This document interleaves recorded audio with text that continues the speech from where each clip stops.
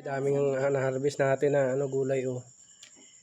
3 days lang din na-harvest oh. Daghan na kayo oh.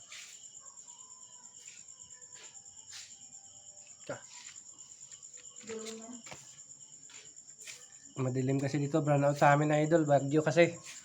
Oh. Tayo mo, wala mga ilaw, ang dilim. Pira naman yan, idol. Ito, kakaiba ng itong patula oh. Ito yung mga bagong labas na patula ngayon oh. Kanto-kanto. Hindi sa Manila talaga o Batangas. Itong kalabasa natin, ang liit ng kalabasa. Talong. Ito yung mga talong.